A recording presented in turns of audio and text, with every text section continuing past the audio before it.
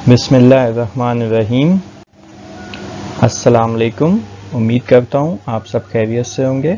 मैं सर शहजाद हुसैन आपको वेलकम करता हूँ अपने यूट्यूब चैनल शहजाद ऑनलाइन में। और अगर आप मेरे चैनल पर नए हैं तो आप मेरे चैनल को सब्सक्राइब कीजिए और लाइक कीजिए और बेल आइकन पे क्लिक कीजिए।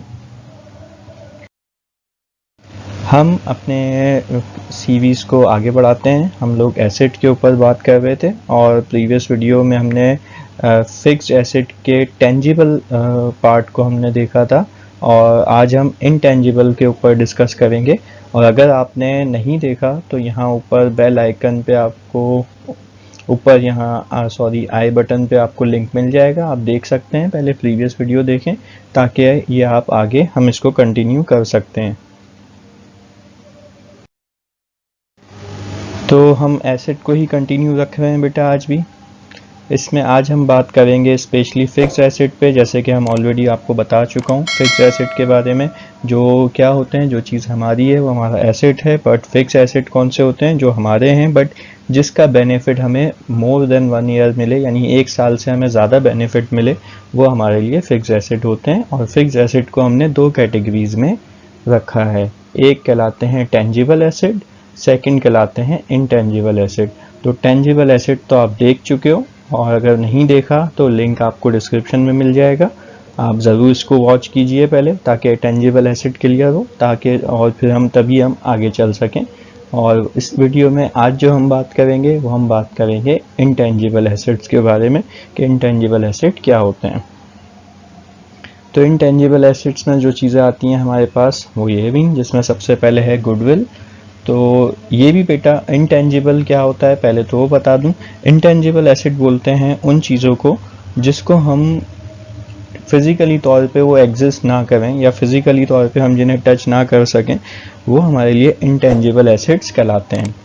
और ये भी मोर देन 1 ईयर चलते हैं। बट जो फिज़िकल एग्जिस्टेंस नहीं रखते वो हमारे लिए सब इनटेंजिबल एसेट होते हैं। और टेंजिबल जो होते हैं, जो फिज़िकल एग्जिस्टेंस रखते हैं, वो हमारे लिए टेंजिबल, टचेबल, मूवेबल जो होते हैं वो टेंजिबल एसेट्स। और इनटेंजिबल जो फिज़िकल एग्जिस्टेंस नहीं रखते बट वो फिर भी होते हैं, उनको हम इनटेंजिबल एसेट बोलते हैं, जिसकी मैं आपको एग्जांपल देके भी समझाता हूँ।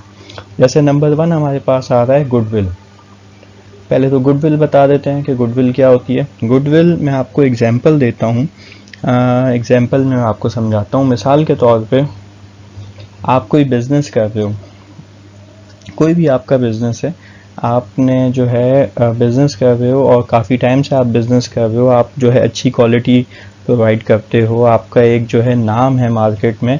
तो वो जो नाम है आपका, वो आपके लिए एक तरह की रेप्यूटेशन जो आपकी बनी है, वो रेप्यूटेशन आपकी ये गुडविल कहलाती है। ठीक है, एग्जाम्पल देता हूँ। जैसे कि आपको फेसबुक सुना है आपने नाम, ये क्या है? ये फेसबुक एक गुडविल है, उसकी एक नाम है, एक रेप्यूटेशन बनी हुई है। ठीक है, तो कोई भी चीज़ जिसकी रेप्यूटेशन क्रिएट हुई हो वो हमारे लिए गुडविल कहलाती है। ठीक है, और गुडविल भी हमारा एसेट कहलाता है। ठीक है, एक एग्जांपल देते हैं। मिसाल के तौर पे एक कंपनी है और उसमें जो है 10 लाख उसकी जो है मालियत है, और वो कंपनी जो है कोई दूसरी कंपनी उसे परचेज कर रही है।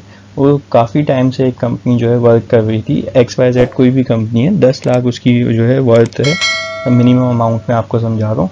दूसरी कंपनी उसको जो है परचेज करने जा रही है, तो वो 10 लाख तो उसके एसेट वगैरह जो है वो सारी वर्थ है, बट वो उसे 15 लाख में परचेज कर रही है। क्यों? क्योंकि वो जो 5 लाख ऊपर जो दिए जा रहे हैं वो क्या आपके लिए उसकी गुडविल है, उसकी रेप्यूटेशन कहलाती है। ठीक है, सेकंड आते हैं गुडविल को इंशाल्लाह फिर कभी मैं आपको डिटेल में बताऊंगा, बट अभी हमारा जो टॉपिक चल रहा है वो है हमारा हेड्स ऑफ अकाउंट्स का, इसीलिए मैं इसमें ज़्यादा डिटेल में नहीं जा रहा। सिर्फ यही कहूँगा, गुडविल आसान अल्फाज में फ्यूचर कॉज भी कह सकते हैं या फिर आपके लिए रेप्यूटेशन भी कहा जा सकता है गुडविल को। इसके बाद आता है पेटेंट। पेटेंट बोलते हैं एक तरह से किसी चीज़ के बनाने के तरीका, या कोई यूनिक चीज़ आपने बनाई है वो आपका, और उसको आप बनाने के तरीके को आप रजिस्टर्ड करवा लेते हो, तो वो चीज़ आपका पेटेंट कहलाती है। जैसे एग्जांपल देता हूँ, आपने कोई नई चीज़ इन्वेंट की है और उस चीज़ के बनाने का तरीका सिर्फ आपको पता है और कोई और नहीं बना सकता, वो सिर्फ आप जानते हो, और उस बनाने के तरीके को आप अगर रजिस्टर्ड करवा लेते हो तो ये आपका पेटेंट कहलाता है। जैसे कि मैं आसान अल्फाज में आपको समझाऊँ, आप कोई चीज़ बनाते हो, कोई खाना बनाते हो और आपने कोई डिश बनाई है, बड़ी ऐसी कोई चीज़ है जिसका जायका सिर्फ आपके पास आता है, यूनिकनेस कोई आपने बनाई है, तो वो आपके लिए, और आप उस चीज़ की रेसिपी को या बनाने के तरीके को आप रजिस्टर्ड करवाते हो तो वो आपके लिए पेटेंट कहलाता है। ठीक है, इसके बाद आता है कॉपीराइट। कॉपीराइट किसे बोलते हैं? आप जैसे ये पेटेंट है, आपने रजिस्टर्ड करवा दिया, जो कोई भी चीज़ है आपने रजिस्टर्ड करवाया है, और उसको चीज़ को बनाने की इजाज़त सिर्फ और सिर्फ आपके पास है, तो ये आपके लिए कॉपीराइट्स कहलाते हैं। ठीक है, जैसे एग्जांपल देता हूँ, कोई भी बुक है, किसी ने आपने इससे कोई बुक लिखी है और आपने उसको रजिस्टर्ड करवा लिया, तो उस बुक को प्रिंट करने की इजाज़त और आपने सिर्फ और सिर्फ आपके पास है। उसकी अगर कोई प्रिंट करता है या कॉपी करवाता है तो वो पायरेसी यानी कि चोरी कहलाई जाएगी, बट कॉपीराइट्स मीन्स उसको राइट टू पब्लिश करने की इजाज़त सिर्फ आपके पास है, तो वो आपके लिए कॉपीराइट्स कहलाते हैं। ठीक है, जैसे आपने कोई चीज़ बनाई, उसको रजिस्टर्ड किया, वो आपके लिए पेटेंट, और उसको आगे सेल आउट करने की इजाज़त सिर्फ और सिर्फ आपके पास है, तो वो कॉपीराइट्स कहलाते हैं। ठीक है, इसके बाद आते हैं ट्रेडमार्क पे। ट्रेडमार्क में आपको एक एग्जांपल देता हूँ आसान सी। नॉर्मल कोई भी एक टी शर्ट है, ठीक है, और एक टी शर्ट है जिसके ऊपर सिग्नेचर, एक साइन का टिक हुआ हुआ एक साइन बना हुआ है, तो आपको टिक हुए हुए साइन से क्या चीज़ जहन में आती है? वो टिक हुआ हुआ साइन जो है, सिंबल, वो किस कंपनी का है? वो नाइक कंपनी का है। एक नॉर्मल टी शर्ट है और एक बिल्कुल दूसरी टी शर्ट है जिसपे सिर्फ टिक का साइन है, तो दोनों के प्राइस में फ़र्क होगा। और प्राइस में क्यों फ़र्क होगा? क्योंकि जो टिक का साइन है वो एक ब्रांड है, जो कि नाइक का ब्रांड है। अब वो ब्रांड है तो मीन्स उसकी वैल्यू है, एक वर्थ है, क्योंकि वो ब्रांड बनना मीन्स क्या, उसमें एक क्वालिटी भी मिलेगी आपको, एक अच्छी कंफर्ट भी मिलेगा। तो ब्रांड जब ही बनता है जो आपको तमाम तरह से सेटिस्फाई करे, वो आपके लिए ब्रांड होता है। ठीक है, और ट्रेडमार्क क्या, जो सिंबल जो बना है वो आपके लिए ट्रेडमार्क कहलाता है। ठीक है, इसके बाद है फ्रेंचाइजिंग।